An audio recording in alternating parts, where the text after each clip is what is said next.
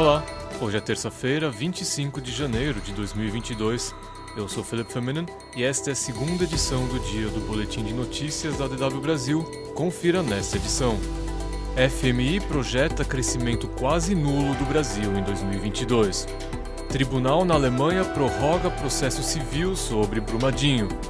Mundo registra maior média móvel de mortes por Covid-19 em 4 meses. O Brasil terá crescimento praticamente nulo em 2022, segundo o relatório divulgado pelo FMI nesta terça-feira. O Fundo Monetário Internacional derrubou suas previsões de crescimento do PIB brasileiro de 1,5% para 0,3%. A previsão anterior havia sido feita em outubro do ano passado.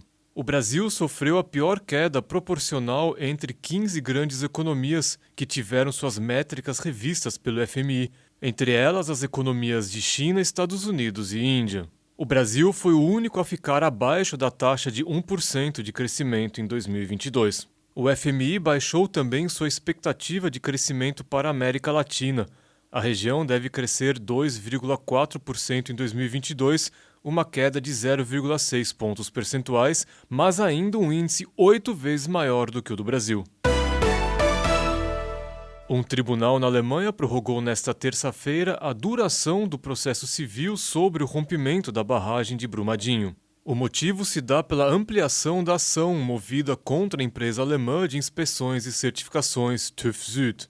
A ação civil representava apenas 7 partes, mas foi ampliada agora para um total de 1.170 afetados pelo rompimento da barragem. A tragédia ocorreu há exatos 3 anos, em 25 de janeiro de 2019, e deixou 270 mortos. A subsidiária da TÜV Süd no Brasil era a empresa contratada pela Vale para avaliar e certificar a segurança da barragem de Brumadinho.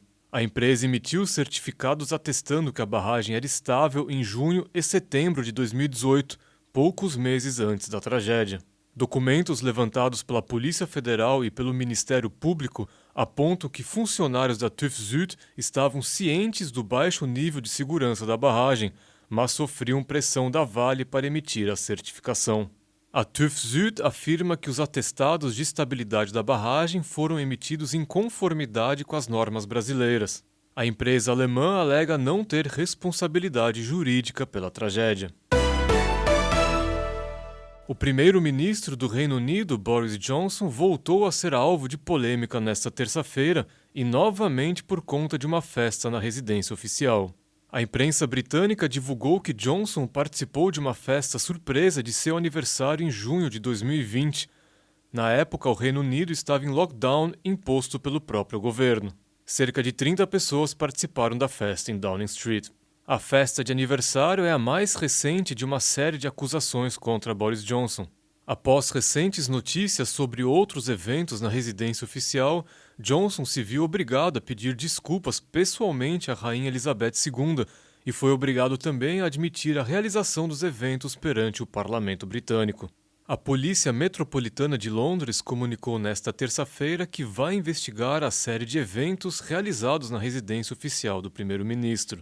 Ainda nesta semana deve sair o relatório da funcionária pública sênior Sue Gray, que conduziu uma investigação oficial sobre as outras festas das quais Johnson participou durante o lockdown.